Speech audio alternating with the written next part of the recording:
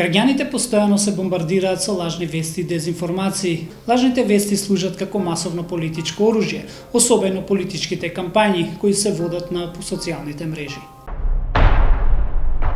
Националниот координатор за стратегиски комуникации во владата, Маријан Забрчанец, вели дека владата е сериозно алармирана од појавата на црната пропаганда и смета дека во моментот во општеството постои можност за граѓански бун кој е насочен кон дезинформациите. Забрчанец го истакна примерот за класична дезинформација, каде поранешната министерка Ганка Цветанова на Твитер прошири лажна вест дека 5 милиони евра се потрошени за кетеринг за државен архив, а дека нема пари за државна награда за медена земја. Се ширеше еден твит на поранешна министерка од денешната опозиција кој што вели 5 милиони евра за кетеринг за државен архив, а немаше 50.000 евра за награда за медена земја. Замислете, поранешна министерка шири дезинформација или шири лажна вест и со тоа ја прави дезинформација, за која што веќе има потврда дека не е точно, дека државниот архив распишал тендер од 5 милиони евра за кетеринг. Можете ли да замислите на институција како државен архив, прво да располага со таков буџет, а после тоа па да распише тендер за кетеринг? Ниту архивот има толкав буџет, ниту е точна таа информација, ниту пак е, пазете се да се прави споредба во истата реченица, а немаше 50.000 евра за награда за медена земја. Има награда за медена земја, владата донесе одлука, обезбеден е буџет, не бил од Министерството за култура, од друго фиока од државниот буџет бил, окей, меѓутоа наградата е обезбедена. Сакам да кажам дека кога вакви споредби се прават, кога поранешни функционери, лица кои што имаат одговорност кон граѓаните, споделуваат лаги, тие се соочуваат со јавноста. Ова дезинформација веќе се демантира и од страна на институциите, меѓутоа и органски од страна на онлайн заедницата. Поентата ми е дека ние веќе имаме разбудено граѓанско општество, имаме свесни граѓани кои што зборуваат гласно и се спротивставуваат на лагите лично. Според словенечкиот портал Нецензурирано, во 2018 година 2,5 милиони евра од Унгарија се депонирани во Македонија преку сметки од Уникредит Словенија и биле дадени на 4 медиуми во Македонија за политичко-разузнавачко медиумска операција против влезот на Македонија во НАТО. Медиумите имаа задача да шират лажни вести, црна пропаганда и дезинформации. Заменик министерот за внатрешни работи Славјанка Петровска вели дека не може со политичка изјава да се исфрлат наводите на порталот Нецензурирано, бидејќи наводите имаат сериозни индици не само за хибридна војна, туку и за нелегално финансирање. Оваа борба со хибридната војна е недостатокот на темелна регулација на законодавството, меѓутоа во рамките на тоа што ни се инструменти на нас како институција на располагање, мора да покажеме малку поголема проактивност. И пак ќе кажам, не е завршена приказна ако со политичка изјава отфрлите некаков надпис, тоа мислам дека на никому од нас не му влева доверба, ниту па во иднина ако се појават ширење на лажни вести кои што имаат апсолутно цел да дестабилизираат, без оглед дали тоа е првично политичка дестабилизација, па таа ќе воведе кон безбедностна дестабилизација, меѓутоа целта на ширењето на лажни вести се знае што е. Удирање во системот, онаму каде што има слабости, дестабилизација на општеството и едноставно создавање на хаос во општеството. Јас се надевам дека во периодот кој ни престои, политичките партии ќе истапат со политички програми и ќе дискутираат за тоа што се нивни цели за воиднина, а дека ширењето на лажни вести барем ќе го остават на стендбај во овој период и нема да се служат со таа црна кампања. Наводите, и јас би ги третирала до овој момент на наводи, кои што беа изнесени на порталот, не може да бидат отфрлени со една политичка изјава по мене. Тие навистина заслужуваат службите во Министерството да се позанимаваат малку посериозно, затоа што наводите кои што беа напишани од тоа што ако прочитав јас како и сите ние, има сериозни индиции не само за обид за хибридна војна во Македонија, меѓутоа тука веќе станува збори за нелегално финансирање. Ако сето тоа се стави на еден текст или на една маса, тогаш мислам дека Министерството за внатрешни работи во координација со јавниот обвинител навистина имаат доволно материјал да го разгледаат и да се загрижат малку повеќе и по мене имаат и основ да започнат барем некаков тип на предистржна постапка по однос на ова прашање. Универзитетската професорка Јасна Бачевска вели дека проблемот со лажните вести и пропагандата е голем и глобален проблем и во меѓународната политика.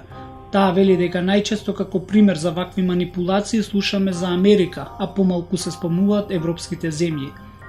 Лажните вести, разните спинови, пропагандата се глобален проблем. Ние знаеме дека и меѓу двете големи светски сили во последните избори во Соединетите Американски држави и во меѓународната политика односите меѓу САД и Русија беа разгледувани врз основа на овие моменти.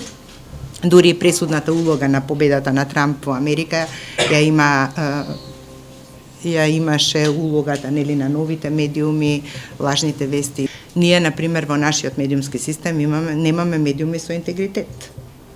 Значи, сега, кога зборуваме за лажни вести, спомнуваме полиција, тоа е многу страшно, бидејќи дали има кривично дело, лаж го.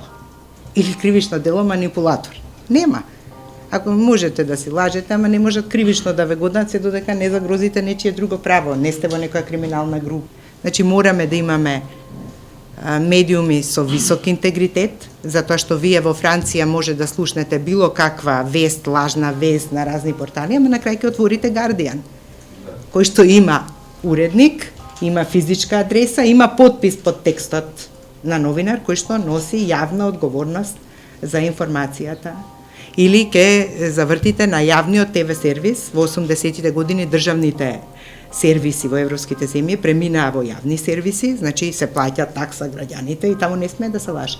Тие можат да бидат политички настроени кон една или друга опција, како што е на пример српската телевизија сега. Да, таа го штити Вучич, меѓутоа не може да шири вести дека министерот силувал девојче во гаража, за да му го наруши имиџот како лажна вест, зашто ќе сноси одговорност.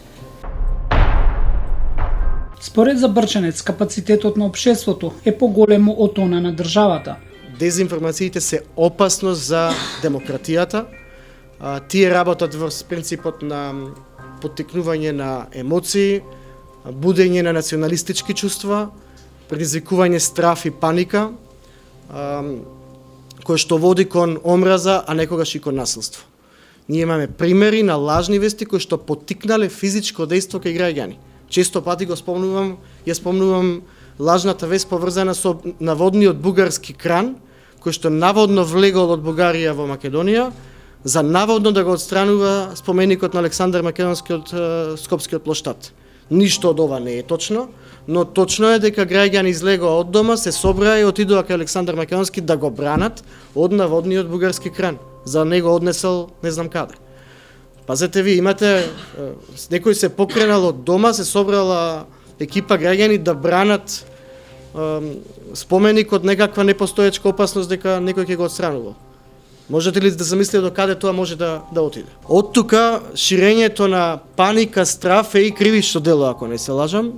Може би треба да се размислува во иднина и за малце построги дефиниции во делот на лажењето не е кривична вест, но дали кога лагата предизвикува страф и паника, што правиме во тој случај? Петровска посочи дека една лажна вест може да предизвика сериозни проблеми, особено за време на партиските митинзи и собири, кога има голем број на граѓани. Неодамна имавме, не беше тоа лажна вест, тоа беше вистина, меѓутоа беше лажно пријавување за бомба во Ситимол. И сега што би се случило ако во иднина, кога ќе почнат и масовни собери, митинзи на политичките партии, би се проширила непосредно предодржување на таков некој собир, некоја таква лажна вест. Знаете како, група од стотина луѓе може да ги скоординирате во моментот да ги евакуирате. Меѓутоа поголема бројка на луѓе може да настане сериозен проблем на лице место. Така што тука јас би била многу внимателна, горе-долу центрите кои се занимаваат со ширење на таква пропаганда се познати и веројатно тоа што сега до моментот, освен ширење на лажни вести, не е сторено некое посериозно кривично дело, ги остава во некоја позиција да бидат активни, неказнети и да бидат тука некаде. Меѓутоа, тоа не значи, пак ќе кажам, волјата на политичките партии треба да биде малку повеќе истакната и да покажат реално на терен дека се залагаат за позитивна кампања, за партиски или политички платформи, а не за ширење на лажна вест. Професорката Бачовска смета дека и на овие избори ќе има нефер и валкана медиумска кампања, како што се случуваше за време на референдумот за промена на името и за претседателските избори. Истата онаа борба што се случуваше на социјалните мрежи пред се, нели, за референдумот за време на претседателските избори, мислам дека и сега ќе биде многу слично, но мислам дека тука политичките партии може да направат многу. Во најмала рака да ја канализираат политичката дебата на социјалните мрежи. Односно да не се дозволат оние состојби кои што ги имавме на една многу ниска политичка толеранција, говор на омраза, кој што владееше, клевети, навреди, и мислам дека има една нова професија, се вика комјунити менаџер на социјалните мрежи, кој што може секоја политичка партија да направи персонализирани профили, да поставува прашања и да добива конструктивни одговори, и мислам дека треба да покажат ниво на политичка одговорност. Јас мислам дека треба да покажат, но знам дека нема да покажат, бидејќи има многу негативен набој. Еве, ние ги гледаме и на опозицијата изјавите какви се, со каква реторика се артикулира. Гледајќи ја таа реторика, тоа го ја навестува и целата прљавштина и не фер која што ќе се случува во предизборието. Забрчанец нагласи дека останува на мокта и волјата на политичките партии дали ќе одберат социјалните мрежи да ги користат за промоција на своите програми или за некои подземни структури кои ќе ги користат за оцрнување на противникот и ширење на црна пропаганда. На овие избори победникот ќе се одлучува на социјалните мрежи. Зошто? Се уште не се број еден канал медиум за информирање на граѓаните, се кај младите, не кај општата популација, меѓутоа таму има одек и она што се случува на традиционалните медиуми.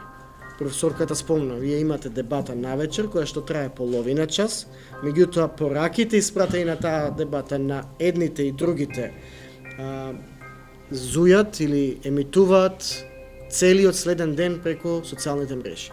Тоа значи дека не е неопходно вие да седите пред телевизор во 19:30 и да ја гледате дебатата, вие може да ја дознаете суштината на таа дебата, прегледувајќи YouTube видео подоцна, читајќи текстови на портали, па дури можеби само наслови на портали, и останува на моќта, волјата и ефикасноста на политичката партија дали ќе изберат социјалните мрежи да ги користат за промоција на своите програми и дали целиот свој напор на координирано активирање на своите волонтери, поддржувачи, активисти, што е сосема легитимно, ќе го вложат во промоција на вистина, на она што се нуди, на она што е програма, или пак од некакви подземни организирани структури, тие групации ќе се користат за отцрнување на противникот, за ширење на пропаганда.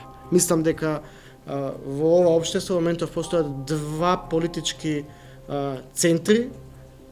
Едниот, оној кој што е на власт, се надам дека ќе оправи првото, вториот мислам дека ќе оправи ова второто, ширењето на црна пропаганда. Се разбира дека не е црно-бело толку свето, дека ќе има примеси од двете струи и на двете страни, меѓутоа мислам дека јавноста ќе има можност да препознае која политичка опција со какви методи се служи. И мислам дека тоа ќе го одлучува победникот на избор. Министерката за одбрана Радмила Шекеринска и националниот координатор за интеграција во Европската унија Бојан Маричич добиле судски спор против лажните вести. Но тоа е само една капка од морето на лажни вести и дезинформации. Има десетици активисти кои што се уште правдата ја бараат во судските ходници. Цивил и во иднина ќе продолжи да ги следи и разобличува лажните вести и дезинформации кои што се појавуваат во медиумите и на социјалните мрежи.